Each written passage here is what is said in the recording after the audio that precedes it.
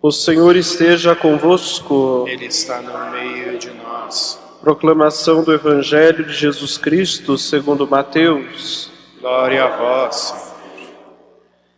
Naquele tempo, disse Jesus aos seus discípulos: Em vosso caminho anunciai, o reino dos céus está próximo. Curai os doentes, ressuscitai os mortos, purificai os leprosos, expulsai os demônios.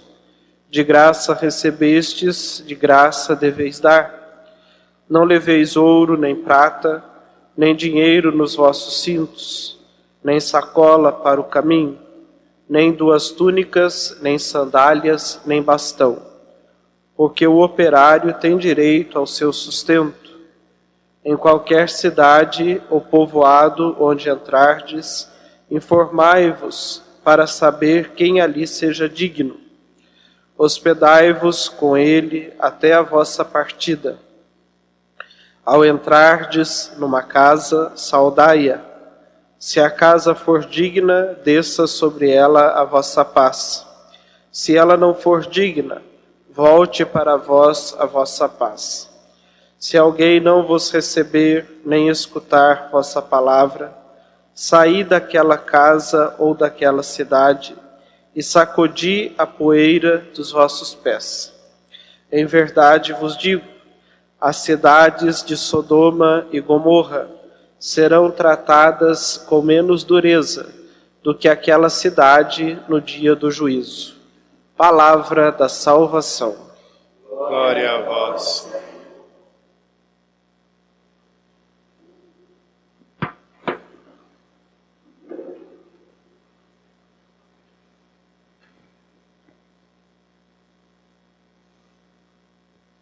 Irmãos e irmãs, Jesus, ao enviar os apóstolos para a missão,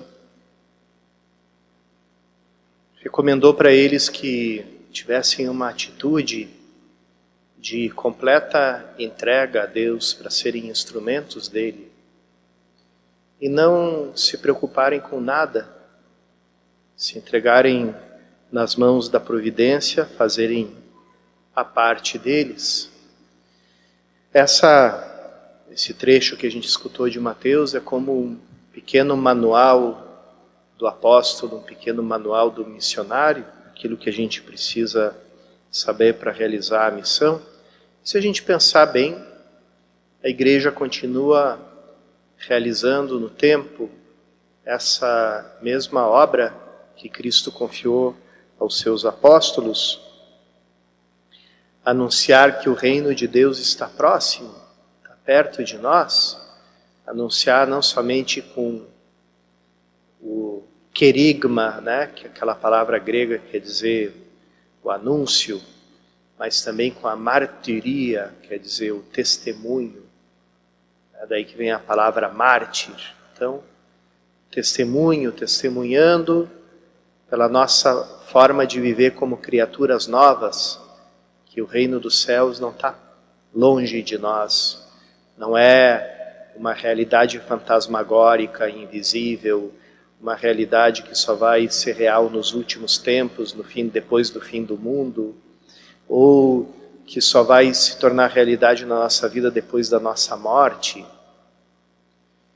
A gente anuncia que Ele está próximo, quer dizer, está já vivendo dentro de nós e se manifestando a nossa vida, dando os frutos de alegria, frutos de liberdade, frutos de generosidade, de desprendimento, frutos de uma vida que é vivida como oferta e não como economia de si mesmo, não vivida sob o signo do medo da morte, mas da afirmação de uma vida que é mais forte que a morte, justamente a vida do Cristo ressuscitado, que Ele nos entregou no dia do nosso batismo. Então, esse é o reino de Deus que está próximo, que está perto de nós, e que a gente anuncia. Curai os doentes, como a igreja, desde o início, quando era apenas um punhado de discípulos de Jesus vivendo na clandestinidade, já cuidava dos doentes. Aquele governador da Ásia Menor, Plínio, o jovem, manda uma carta para o imperador falando dos cristãos e diz isso.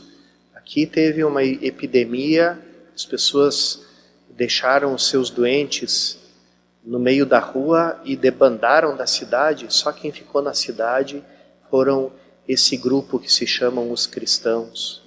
E eles ficaram cuidando desses doentes e alguns deles também se contagiaram com a doença e morreram junto com os doentes que eles estavam cuidando. Então, desde quando era um pequeno rebanho, até hoje, né,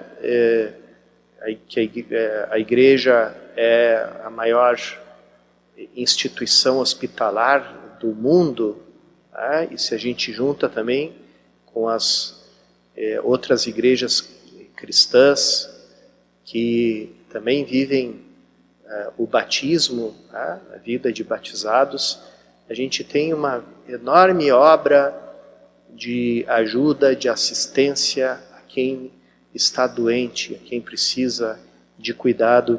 E isso é uma coisa que a gente vê até hoje nos lugares, né? Eu me lembro algumas vezes que eu ia dar unção ou cuidar de algum doente, ou eu mesmo precisava ir para algum hospital. Um hospital cuidado pelo Estado ou até mesmo por uma instituição privada, ele é de um jeito.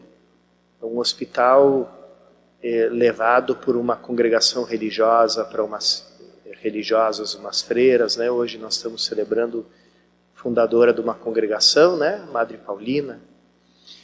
A gente vê aquele cuidado, aquele capricho, aquele vasinho de flor no cantinho do corredor, onde ninguém presta atenção, ninguém vê, mas está lá. É um detalhe do amor, onde tem detalhe, tem amor. O maior termômetro do amor são os pequenos detalhes. Então a gente encontra aí, depois, ressuscitai os mortos, né? Quanta gente que está morta, ainda em vida, né, pelo pecado, e as manifestações do pecado, né, o egoísmo, enfim, os vícios, tantas situações tristes, quase desesperadas, e ali onde se encontra um autêntico seguidor de Jesus Cristo, alguém que vive em Cristo, ali começa a luz, começa uma nova vida. Purificai os leprosos, né? Essa lepra do pecado, dos maus comportamentos, né? De tudo aquilo que leva a pessoa a viver isolada, a viver marginalizada, a viver longe dos outros, longe do seu convívio. Né? Que obra que a igreja faz de colocar a pessoa numa comunidade, de colocar a pessoa numa família.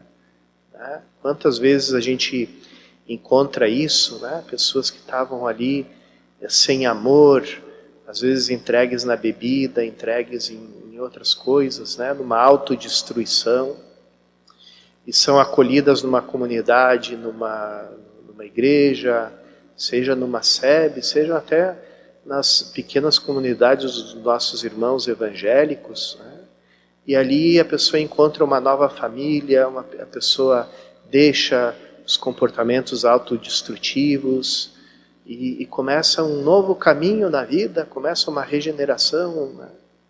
Começa a se purificar dessas coisas. Expulsai os demônios, né?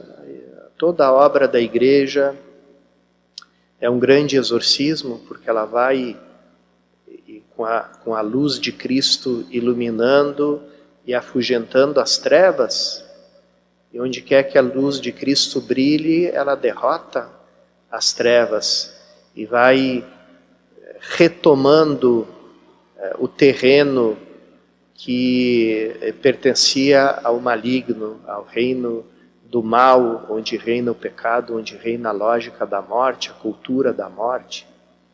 Então toda obra da Igreja, ela é, no seu conjunto, um grande exorcismo, uma grande expulsão daquele ser soberbo que se faz chamar de príncipe desse mundo, né? Como se o mundo fosse dele.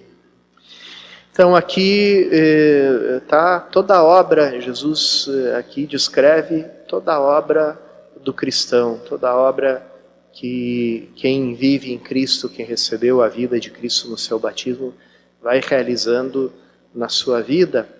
Depois, Jesus fala da confiança na providência, de graça recebestes, de graça deveis dar. Que as coisas sagradas não sejam objeto de comércio. Né? Às vezes a gente tem até um cuidado que pode parecer um escrúpulo, um cuidado que parece que não faz diferença nenhuma, né? Alguma lojinha, alguma pessoa que traz uma imagem, uma correntinha, um livrinho, seja o que for, para ser abençoado, né? Aquilo ali, depois de ser abençoado, não pode ser comercializado.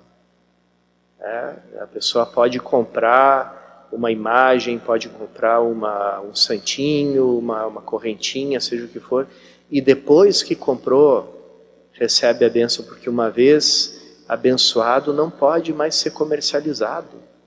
Tá? Porque ali se começa o comércio das coisas santas, não pode existir comércio de coisas santas. Tá? Então, uma vez veio uma senhora com um saco, acho que de uns 2 quilos de terço dentro, né? Daqueles tercinhos de plástico. Padre, abençoa aqui, eu vou vender. Não, senhora, não posso abençoar agora. Se você vai vender, não posso abençoar, não pode fazer comércio de coisa sagrada. Então, não fazer comércio, e depois assim, isso aí também é uma exortação de Jesus, para a gente não se deixar contaminar pela lógica mercantil, de tudo virar um comércio, tudo virar mercadoria, e a igreja às vezes se comportar também como casa de espetáculo, como casa de show, todo esse tipo de coisas. Algumas pessoas me perguntaram se eu não ia colocar nas nossas transmissões o código lá do PicPay ou de alguma coisa para o dízimo, ou algum letreiro lembrando as pessoas sobre o dízimo. Eu respondi, não, a gente não faz esse tipo de coisa, porque isso aí cria uma associação. É como se as pessoas estivessem pagando pela missa, mas a missa não tem preço. O preço da missa é o preço do sangue de Cristo derramado na cruz, é um preço infinito. Nenhum ser humano, e nem a humanidade toda, nem o universo inteiro pode pagar. Então, são essas pequenas coisas que a gente tem que ter em conta. Não leveis ouro, nem prata, nem dinheiro nos vossos cintos, deixar que a providência nos sustente. Quando começou a pandemia, vieram me falar, nós temos que fazer alguma coisa, o dízimo está caindo, caiu 30%, caiu 40%, no mês caiu 50%. Minha preocupação nós estamos conseguindo sustentar os nossos funcionários? Pois alguns disseram,